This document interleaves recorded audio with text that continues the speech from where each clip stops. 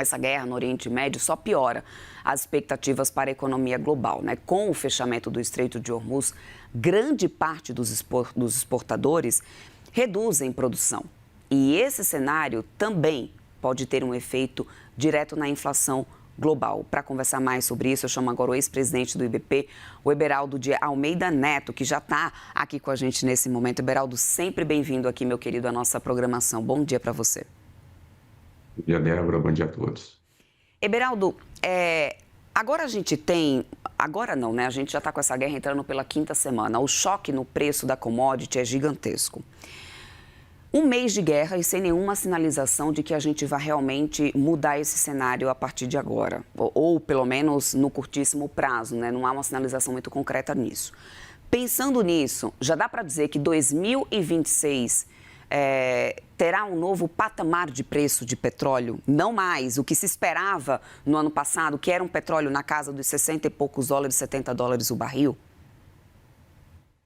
Débora, para a gente entender, o petróleo e o gás, eles hoje respondem por 54% da oferta de energia primária no planeta. Óbvio que depende de país para país, e na geração de energia elétrica, no mundo, na média, em torno de 25%. Então, quando a gente mexe nessa commodity, como a gente está vendo aí por conta da guerra, obviamente que você vai ter impactos na economia de uma maneira geral. Primeiro a sofrer é o transporte. Então, o transporte, seja marítimo, seja aéreo, a logística interna feita por caminhões, quer dizer, são ultra dependentes de petróleo, né? E o impacto é sentido primeiro. Quando a guerra se circunscrevia a questão do Estreito de Hormuz, quer dizer, o risco exacerbado para um navio petroleiro entrar e sair do Golfo Pérsico, os estoques internacionais, conforme você falou, eles conseguiriam manter isso aí por algum tempo, o volume obrigatório que passaria por ali, as reservas dos países membros da IEA representavam em torno aí de 125, 130 dias, se aquele volume fosse totalmente restringido, mas a partir do momento que houve ataques às instalações dos países do entorno do Golfo, né, Emirados Árabes, Catar, Bahrein e assim por diante, Arábia Saudita, o problema começa a ficar estrutural, né?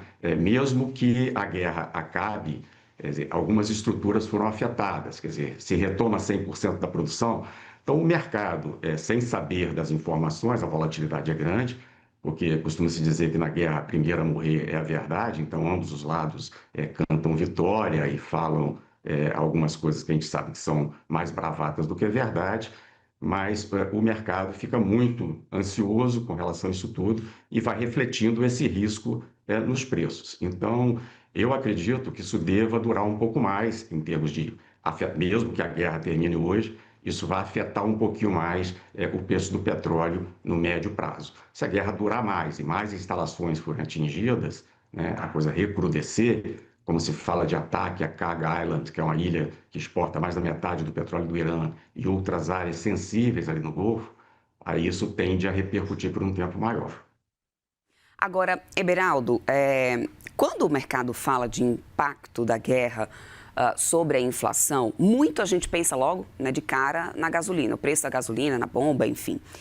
Mas a gente sabe que o diesel acaba sendo um canal mais perigoso nessa história toda, porque aí afeta toda uma cadeia. Aí a gente está falando de preço de frete, campo, indústria, enfim, né, muito que a gente já tem falado bastante aqui ao longo desses dias.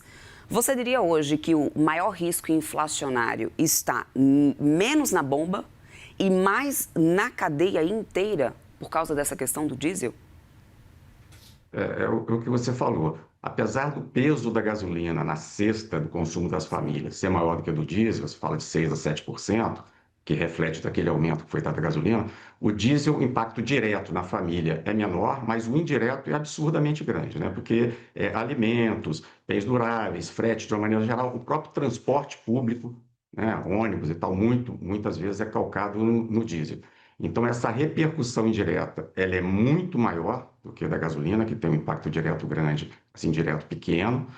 Porque indireto da gasolina seria num carro de transporte, num táxi que usa gasolina. Hoje em dia é muito pequeno isso no Brasil. Quase todo mundo converteu para gás, o que fosse. Agora, do diesel, não. Os caminhões, principalmente itens perecíveis, né, que dependem de um transporte mais imediato, esses aí sofrem mais. E o transporte, o frete, de uma maneira geral, ficando mais custoso, porque em torno de 40% no custo de frete é combustível, e depende de casa a casa, 35%, 40%, esse impacto ele é sentido de imediato pelo consumidor.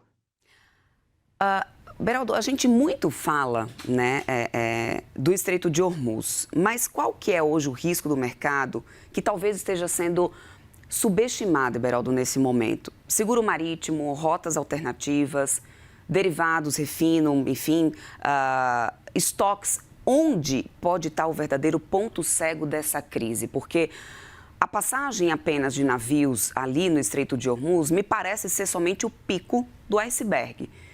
Algo a mais que não está sendo considerado, talvez, pode acabar trazendo uma onda ainda maior de choque, principalmente para o petróleo? Na economia, quer dizer, o preço do petróleo subindo, ele destrava algumas produções que são produções mais caras, que o custo de produção é alto.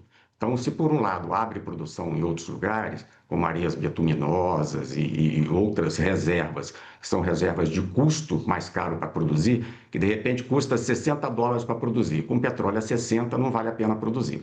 Mas com petróleo a 100, a 108, você tem uma margem e essas reservas são abertas. Então, tem esse aspecto em termos de aumentar a oferta de outros lugares, mas que não é tão grande, né? Ou áreas que produzem mais rapidamente, como o shale americano, você aumenta, mas longe de cobrir essa interrupção que a gente está vendo via estreito, né, no Golfo Pérsico. O meu maior medo é com relação às instalações. Porque instalações de petróleo, sejam refinarias, sejam campos de produção, sejam dutos que transportam petróleo, oleodutos, gasodutos, de uma maneira geral, para se você restabelecer após um ataque com bomba, onde tudo é destruído, isso demora de meses a anos, né? Dependendo de uma instalação, anos. E aí o impacto ele é mais duradouro. Então, o meu temor é exatamente, para a economia mundial, é exatamente isso, a guerra chegar num ponto que não tem mais, um ponto de não retorno, diríamos assim, em que comecem a se destruir instalações, e aquela região é prolífica em instalações de petróleo, né? A produção ali é enorme, e ela está ao alcance de mísseis pequenos, ou dos proxies do próprio Irã, como foi comentado na entrevista anterior. Você tem dos Houthis ali no Iêmen, ao sul da Arábia Saudita, que já lançaram, num passado não tão remoto, drones sobre refinarias da Arábia Saudita, por exemplo, que tem uma capacidade gigantesca, como Kuwait, Irã, Catar, está tudo ali no entorno do Golfo. Então, é uma área bastante recheada de infraestrutura petrolífera e que, se o Irã deliberar de atacar isso de uma maneira indiscriminada, o impacto seria gigantesco e a gente sofreria por muito tempo. E com o preço do petróleo elevado por mais tempo, o que significaria a necessidade da Petrobras ter que entrar em ação de alguma forma, Beraldo? Porque assim, se o petróleo seguir pressionado, desculpe, a defasagem dos combustíveis aumentar, ainda mais já está em nível, né, bastante preocupante, a Petrobras vai ser pressionada a ter que tomar alguma outra decisão em relação a isso, muito por causa de questão de abastecimento, talvez também a questão do próprio mercado em si, os distribuidores independentes que sofrem muito com essa questão da disparidade, e a gente tem uma dependência de 30%, né, de importação para dar conta da demanda interna. Na sua visão, qual seria a escolha economicamente mais racional e qual tende a ser a mais provável politicamente na situação da Petrobras nesse momento, entrando na 5ª semana de guerra? A gente tem visto aí pelas notícias que o estoque de diesel ficou curto aqui no Brasil, né? Conforme você falou, a gente depende de importação, 25% a 30%. O período é um período de alta de consumo por conta da safra. Quando chega período de safra, normalmente o consumo de diesel aumenta, são as colheitadeiras, é o próprio transporte, que no Brasil ainda é muito dependente do transporte rodoviário. Então, assim, no curto prazo, o que a gente tem visto, alguns leilões da Petrobras, ela segurou, depois ela aumentou as cotas para as distribuidoras, porque estava ficando curto o diesel, principalmente nos extremos do país. E, obviamente, que você tem que suprir com importação, e a importação, o preço está muito maior do que o preço hoje na refinaria da Petrobras.